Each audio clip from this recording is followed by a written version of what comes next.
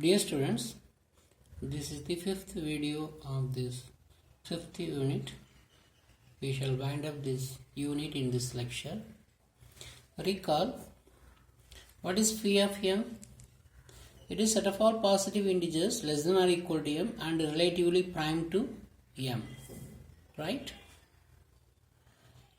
Now let us see a definition of a function. A function is called multiplicative. A number theoretic function f is called multiplicative if f of mn is equal to f of m into f of n whenever this m and n are relatively prime, whenever the GCD is 1. For example, see this function. F of n is identically equal to 1, constant function 1.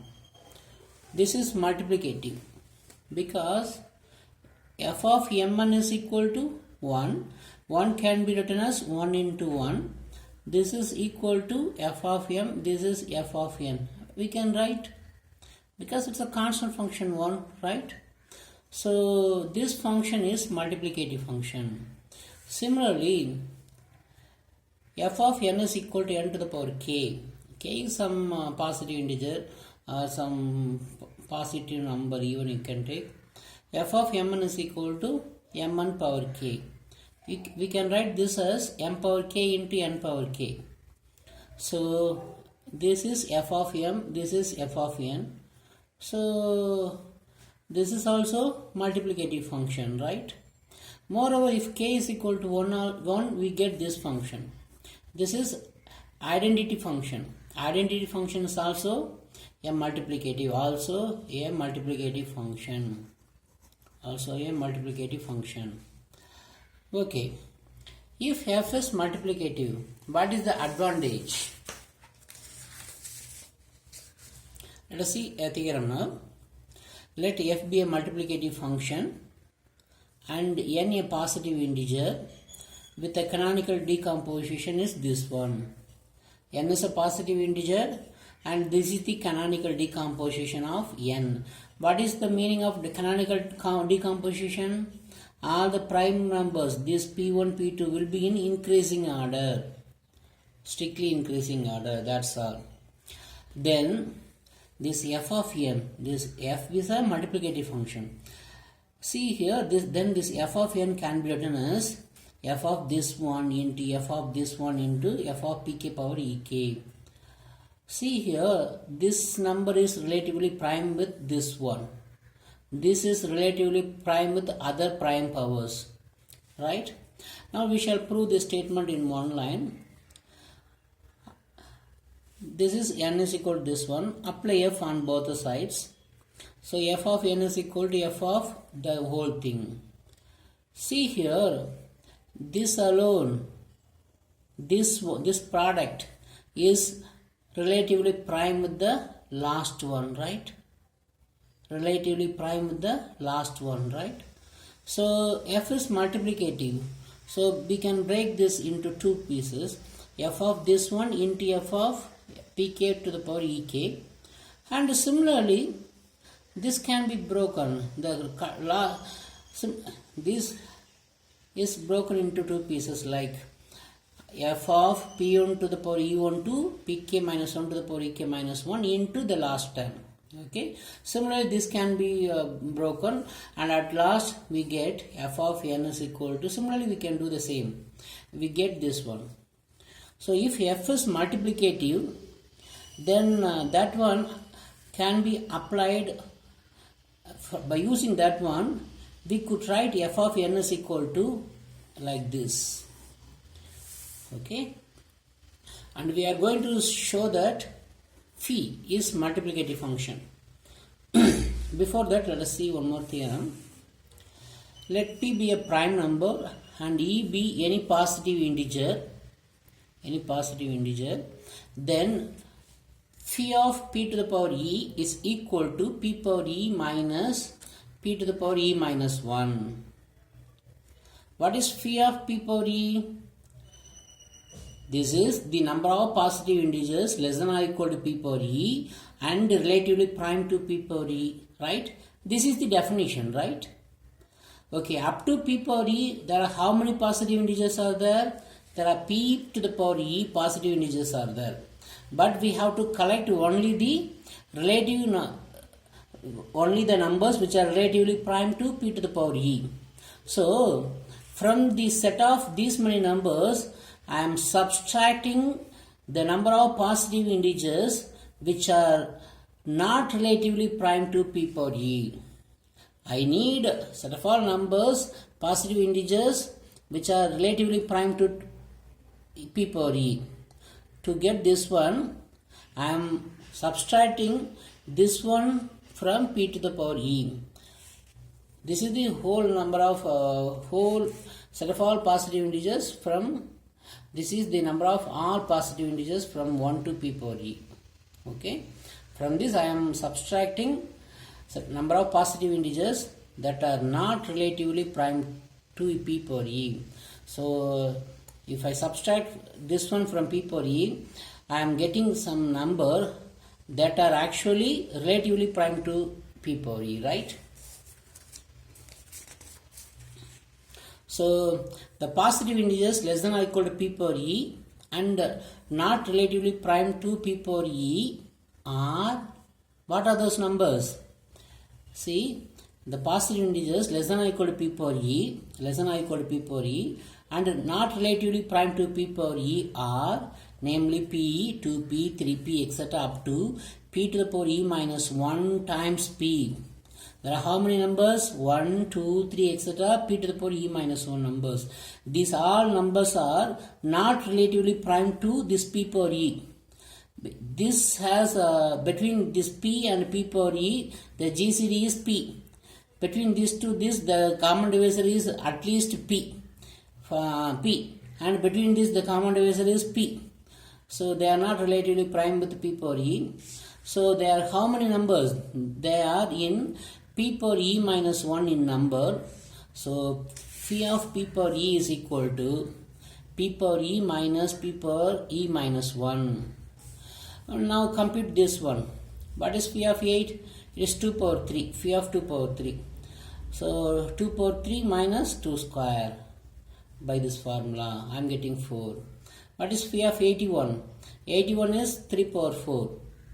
So 3 power 4. Phi of 3 power 4 is 3 power 4 minus 3 power 3. So we are getting this one.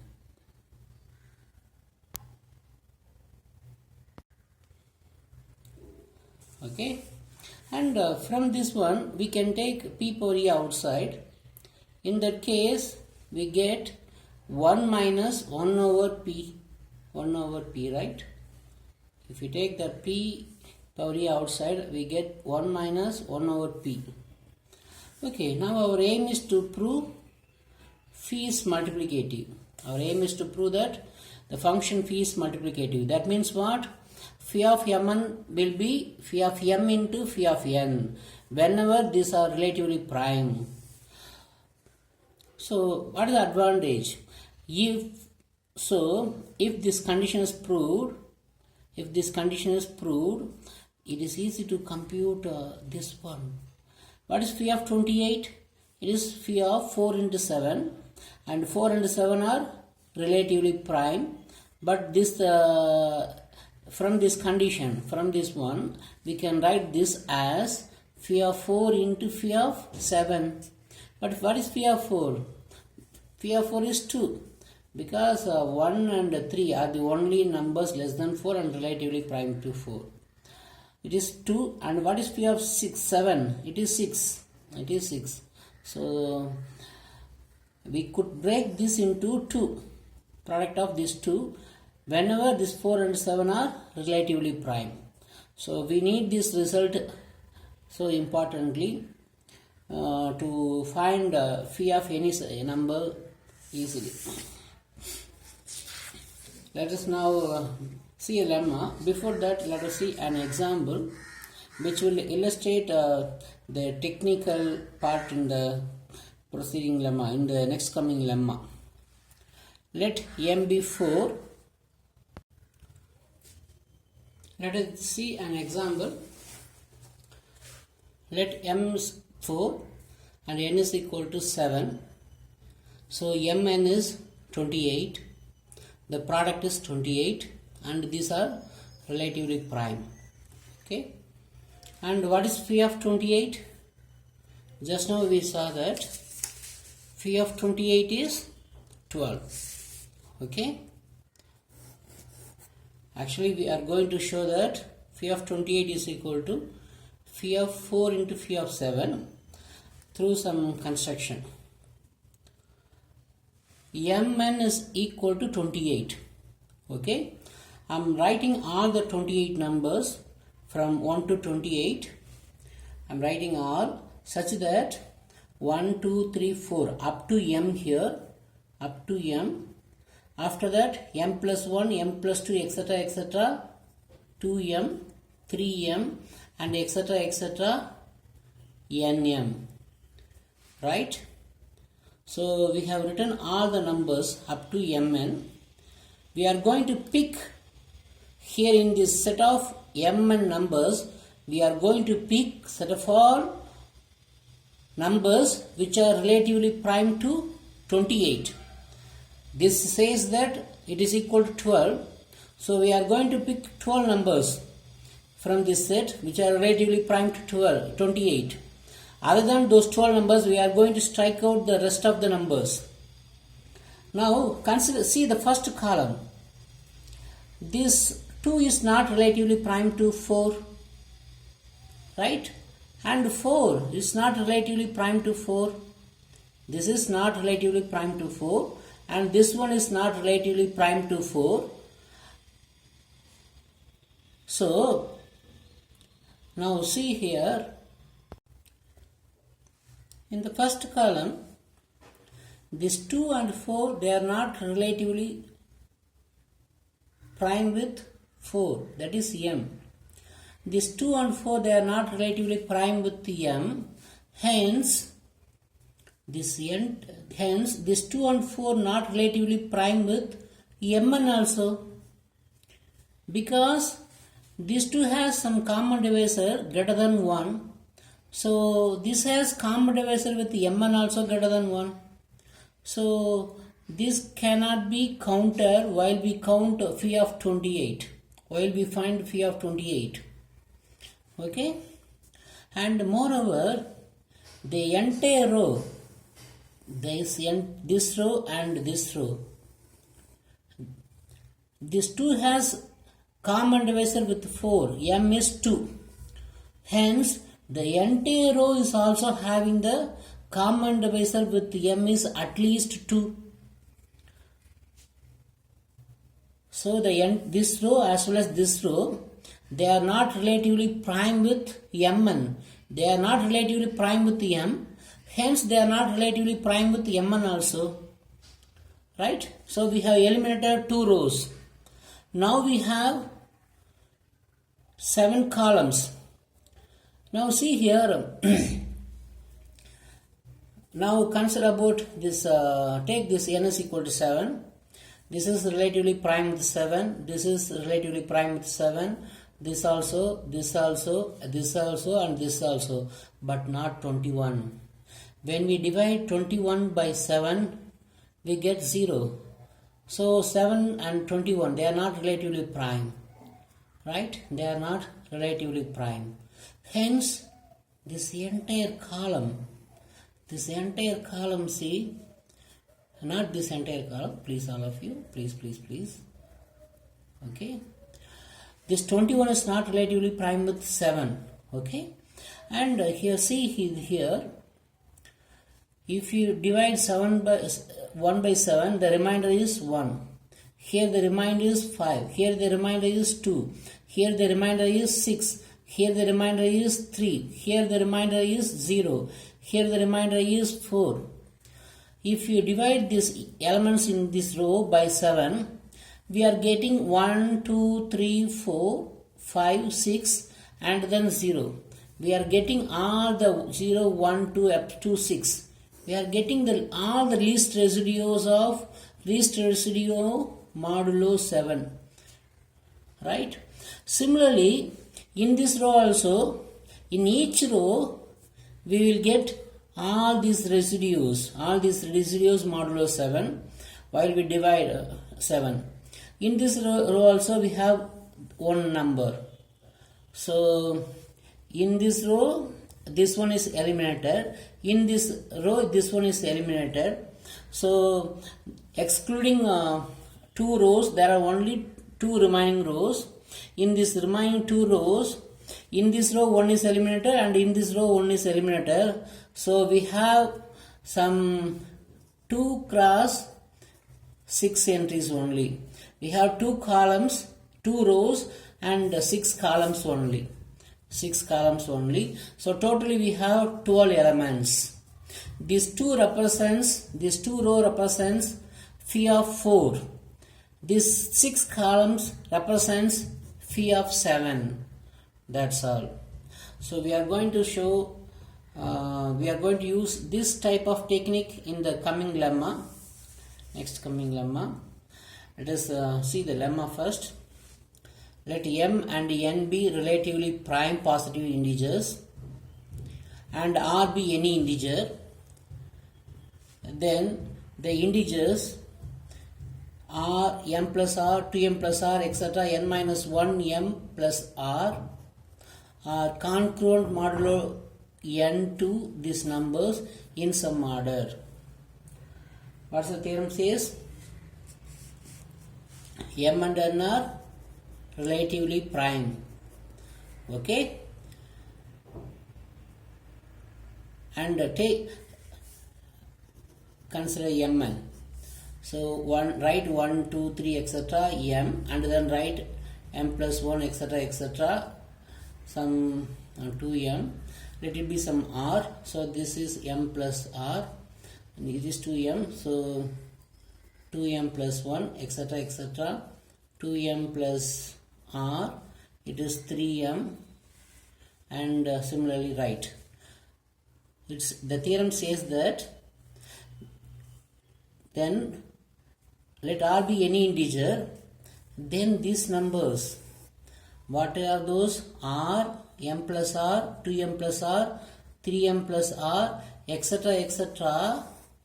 n minus 1 m plus r. If we divide each of these integers by n, we will get the residues 0 to n minus 1 in some order. You see that let this be r is equal to 1. So m plus r is 5, 2m plus r is 9, 3m plus r, 4m plus r, 6m plus r.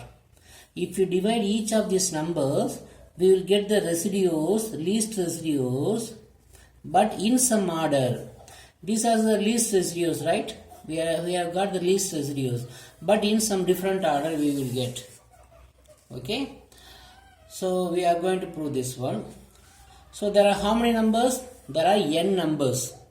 Okay? We are going to divide these n numbers by this n and we are going to find the reminders. We are going to find the reminders. If the reminders are distinct, then while we divide these n numbers by this n, we will get n distinct reminders. So n distinct remainder means we have to attain this set, right? So we are going to show that one only. It suffices to show that no 2 elements in the list are in this list are congruent modulo n. Suppose km plus r and lm plus r leaves the same remainder. Some km plus r, some lm plus r leaves the same remainder. Then this is congruent to this one mod n. Okay, we can cancel r on both the sides. So we will get km is congruent to lm mod n, but m and n are relatively prime. So k is congruent to l mod n. But k and L, this is up to n minus 1. K and L are less than n. So k is congruent to L mod n means K and L must be equal only, right? So what we have got is, if this is equal, then K and L must be equal. So if this is not equal, then this congruence also not equal. Km plus R is not congruent to Lm plus R mod n.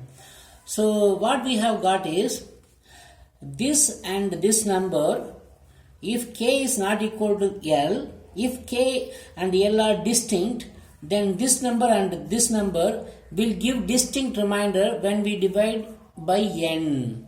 So no two elements of this set yields the same least residue modulo n, but it contains how many numbers? N numbers, but it contains n elements. So their least residues modulo n are a rearrangement of the integers, this one. That's all the theorem.